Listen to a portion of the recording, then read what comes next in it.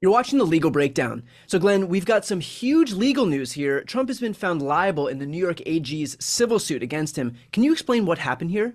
Yeah, so in something of a surprise, because this case was about to go to trial, the presiding judge, Judge Arthur Engoron, just ruled in favor of Attorney General Tish James and the people of New York. He granted what's called summary judgment.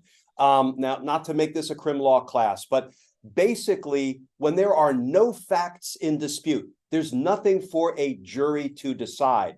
And based on all of the evidence, all of the legal motions that have been filed with the court says, you know what? As a matter of law, one party wins. There is nothing for a jury to decide. That's called summary judgment. Well, Judge Engoron just granted partial summary judgment in favor of New York Attorney Tish James against Donald Trump. And what a blockbuster ruling Judge Engoron entered. Not to bury the lead, he basically ordered that all of Donald Trump's LLCs, limited liability corporations, basically all of the different businesses that are under the Trump Organization umbrella should be dissolved. He ordered them dissolved. So basically, today's ruling is the death knell for the Trump Organization. Donald Trump will no longer be able to do business in New York. Something else Judge Engoron did is he immediately ordered that all of Donald Trump's business certificates, think his license, his ability to do business in New York, they should all immediately be canceled. Not only his, but Don Jr.'s and Eric Trump's and Alan Weisselberg's and Jeff McConney's. So basically, the Trump Organization is defunct. Okay, so a lot of questions here, but I guess the first one everyone's going to be wondering about, when can we expect to know what the money damages in this case are? Letitia James is seeking $250 million.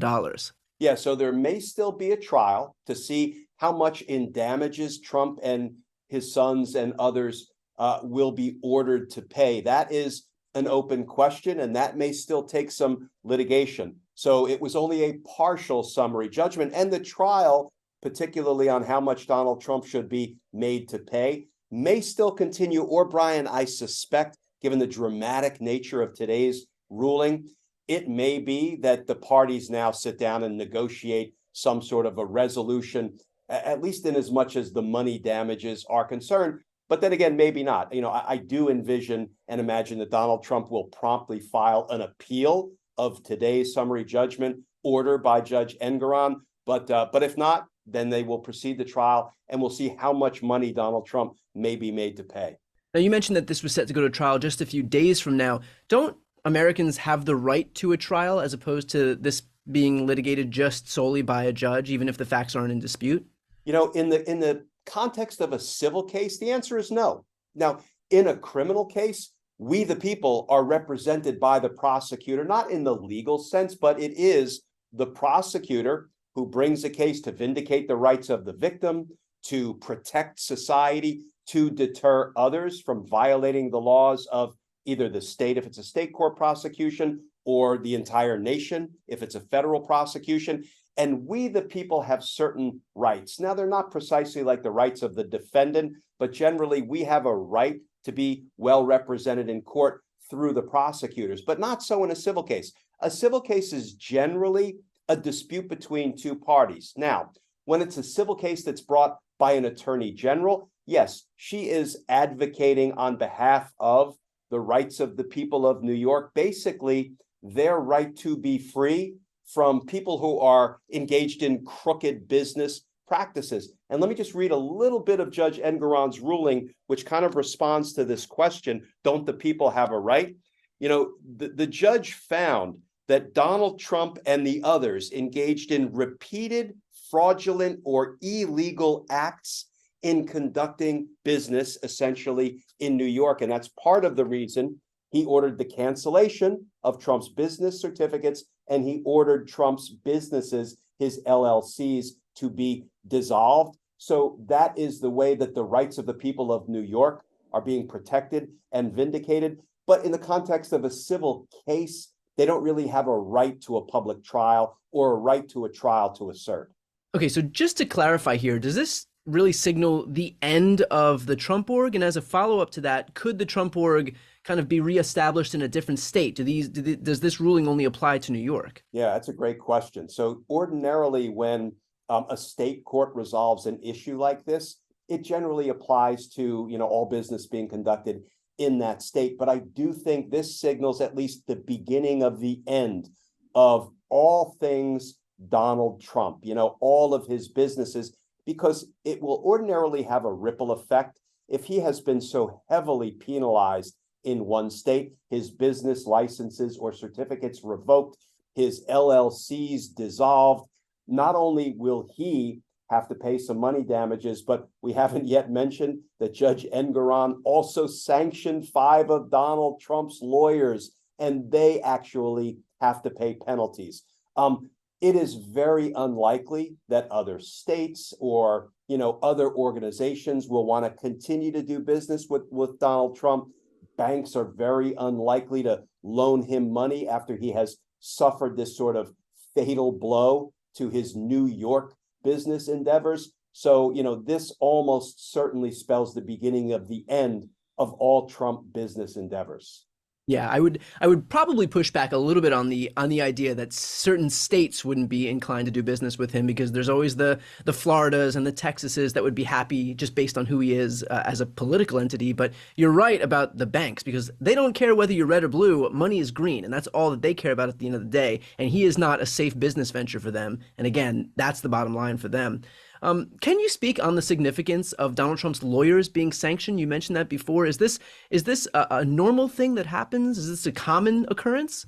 It is not common. And what I will say is when lawyers get sanctioned by a judge, by a court, if they care at all about their reputation, they ordinarily hide themselves away in shame.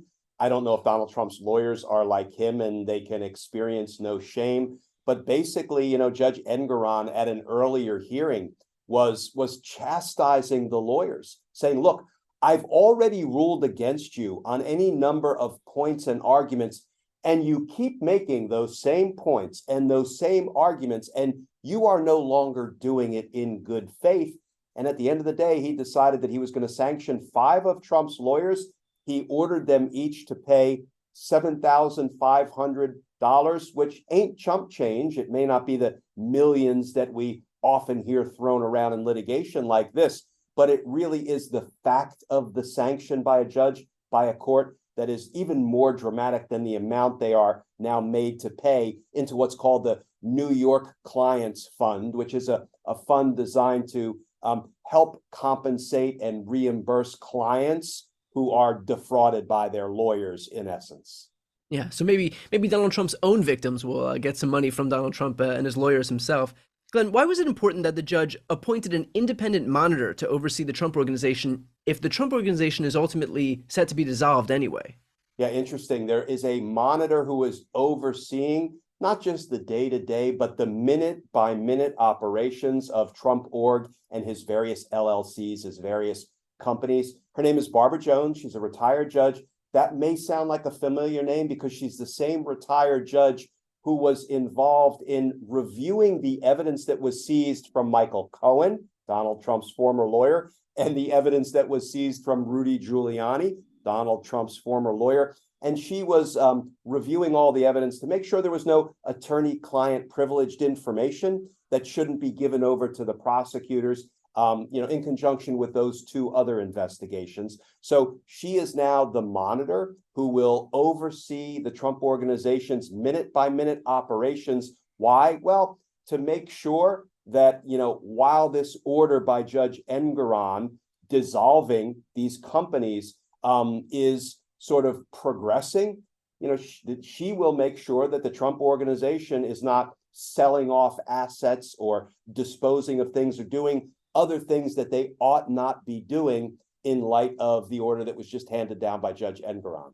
Now, let's finish off with this. I want to get your response to this sentence that was included in the deposition I'm going to read here. So Trump defends himself here on the idea that he was inflating the values of his properties that were in actuality lower than he was saying. He says, quote, that the numbers cannot be inflated because he could find a buyer from Saudi Arabia to pay any price he suggests. Can I get your response to that? Yeah, that's ordinarily not the way business, banking, investing, loans, insurance, or taxes work. You can't say, you know what, my properties are priceless. Therefore, what I'll do is when I'm seeking a loan from a bank, I'll say my property is worth $1 billion. But when I'm having it assessed for tax purposes, I'll say my property is worth 100. So, basically, I can name any price as far as the valuation of my properties, depending on the use to which I'm trying to put that property. There's a word for that in the law, Brian. It's called fraud. And that's what Judge Engoron said loud and clear. This is fraud, and your businesses are hereby dissolved. He's also putting on full display just how easy it is to bribe him if you're the Saudis and you basically want to show that you can own Donald Trump. He just put it on paper in his deposition by saying out loud that they will pay me whatever I want, and in turn, what do you think he's doing for them? Yeah, and I'm sure Jared Kushner's business acumen and investment savvy really was worth $2 billion. I mean, why not give $2 billion to Jared, which is precisely what the Saudis did. This is buying influence, which is a separate kind of evil that hopefully our law enforcement authorities will get around to investigating. But yeah, as of right now, Donald Trump is basically done as a businessman in New York, and I think ultimately everywhere. Okay, well, obviously a lot to stay on top of as we wait to see what the money damages are in this case. Again, Letitia James is seeking $250 million.